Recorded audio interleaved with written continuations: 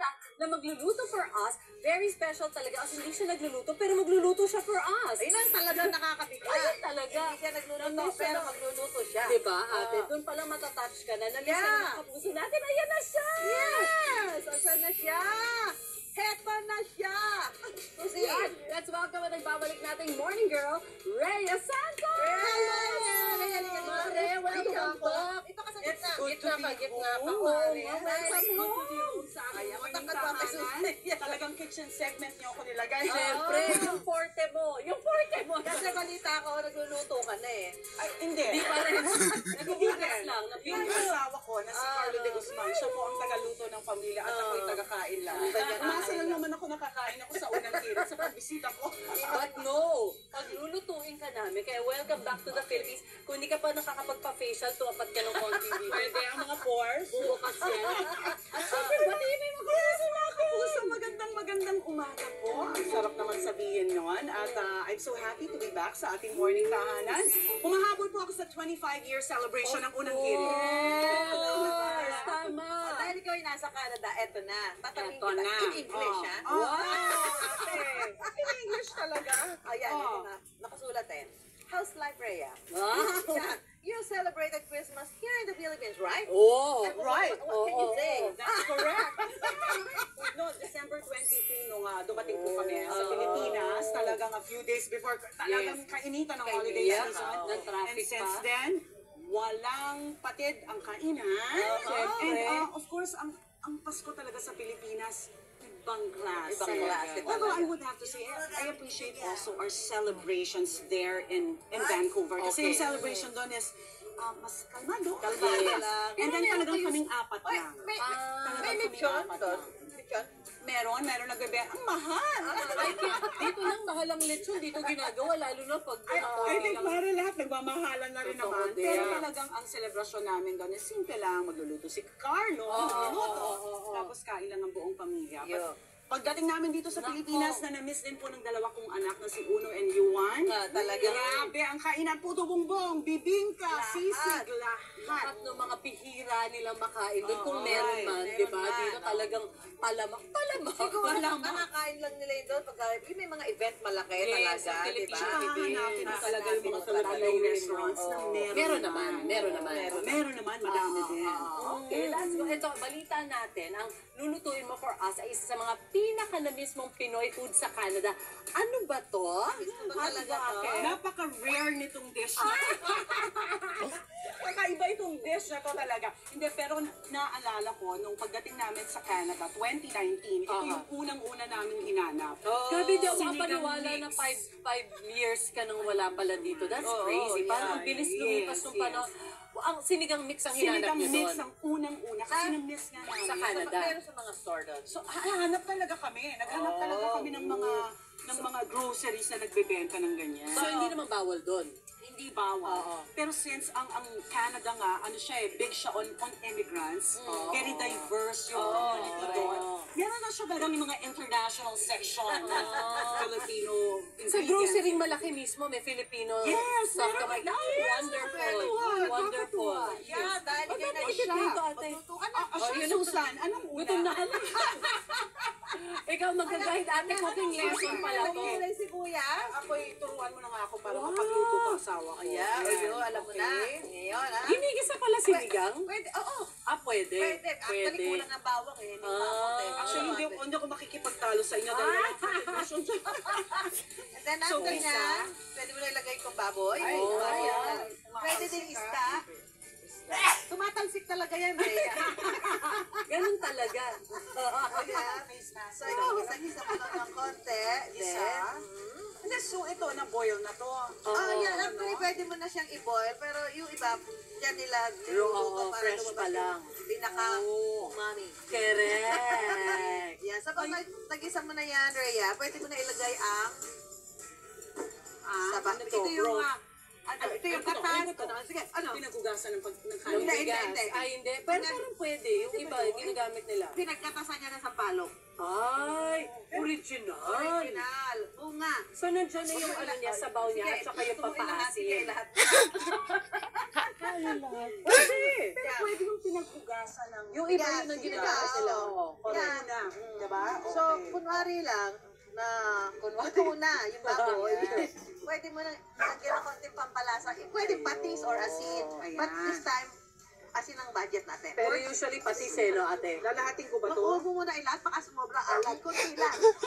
Kasi baka tumaas yung mga BP nating lahat pag masyadong maraming asin. Kasi mas madaling magdagdag kaysa magbawas Oo, ng tama yan. yan. Okay. Kunwari, luto na after a few seconds. Luto na. Lagyan natin yung mga gulay. Ito ang favorite. Anto? Okra. Ito ang favorite ng mga anak ko. Oy, totoo ba? Yes. Ang galing naman nila kumain ng gulay. Ang hirap din maghanap ng okra doon, ha? I can imagine. Anak na Ito, marami sitaw. kumain ng gulay. Ang Oo, palaya. nakakatuwa naman yung Ayan ang ganyan. tamis ko.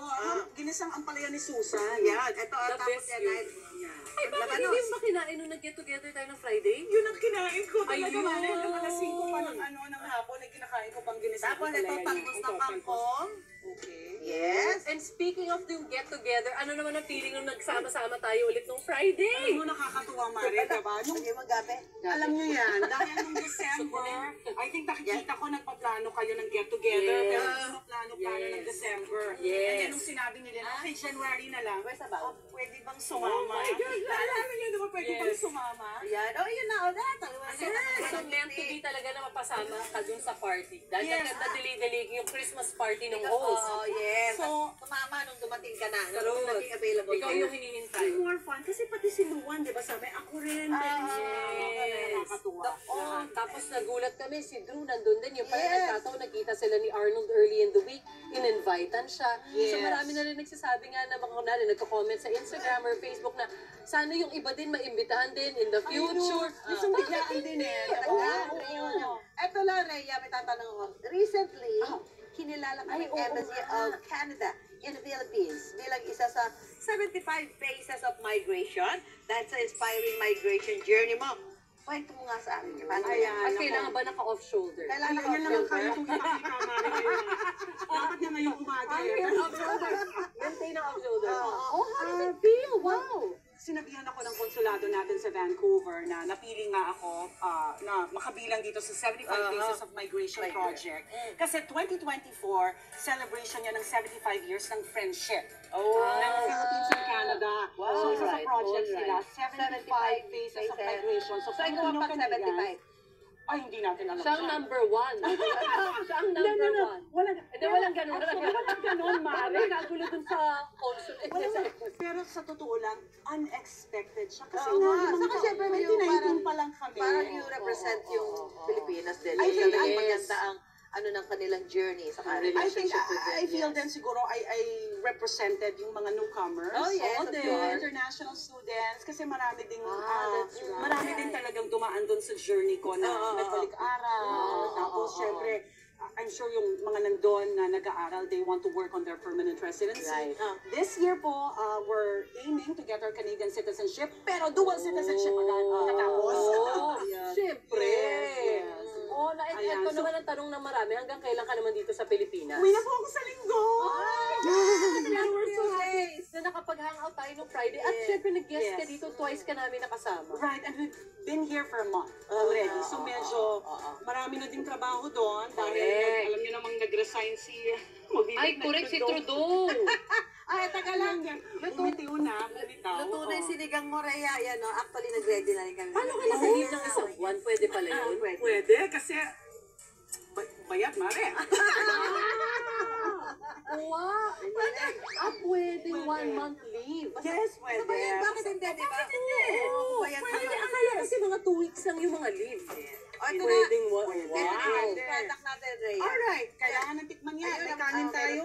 Meron at ito yung ating bowl. Yan, si Rhea, patikimin natin una. Wow naman, ang special, Mare. Baka mapasok ka pa. Bilang ito ang Lagyan mo na ng okra. bilang ito yung Bilang na-miss mo ng sabi niya daw gusto. yung okra, di So, ba? for sinigang in Sampaloc. Yes, oo. May iba pa, di ba? May Sinigang sa bayabas. kamyas. Oo, sa kamyas, pwede din. Yung bayabas hindi bayabas. masyadong bet nung iba, pero ako type ko rin yung Gumawa tayo bayabas. ng sinabawang isda. Masarap yung pork sinigang. Dapat nga sinigang na isda to eh, kaya lang naawa naman kami sa iyo. Sinigang na ayungin.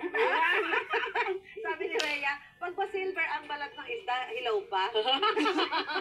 Kaya sarap ang lasa talaga. Sarap Oo. talaga yung sinigang. Oo. Kaya sobrang makanin talaga to eh. Oo. Actually, yung mga na-miss kong food, yan, kilagang tanige, mga, sarap naku, yung mga inihaw na palaktutok, nakain ko po lahat sa Puerto Galera. Wow. Ang ganda ng Puerto Galera. Oo naman, classic yan. Bisitahin yung Puerto Galera. Ay, maganda classic talaga siguro. yan. Parang may lupain ka doon kung makaimbita ka sa Puerto Galera. Kaya nyo na yun. Pagdating mo doon, kanya-kanyang bayad. Ayun pala yung kanyang visit sa Puerto Galera. Ayan. Napaka-classic naman ng lugar na yun, in Si fairness. Angel and Kai. Yes. Ay. Balikan natin yung mga ganyang lugar, diba? Oo. Well, hindi naman Saka naman nawawala. napaka-accessible naman na ang Puerto Galera. Punta Yes. ka lang dito, Batangas Port. Roro, nandiyan Puerto oo. Galera. Uy, hanapin niyo po yung aso namin doon, si Bella at Maple. Sila po ang stars ng Puerto Galera. Wow naman. Pumupunta yung mga turista doon, sasabihin nila, can we have a picture with Maple? Oh my Bella, God. ayan. Oh my God. Si Maple, anak ni Bella. Anak yun. ni Bella Anak ni Bella. pala.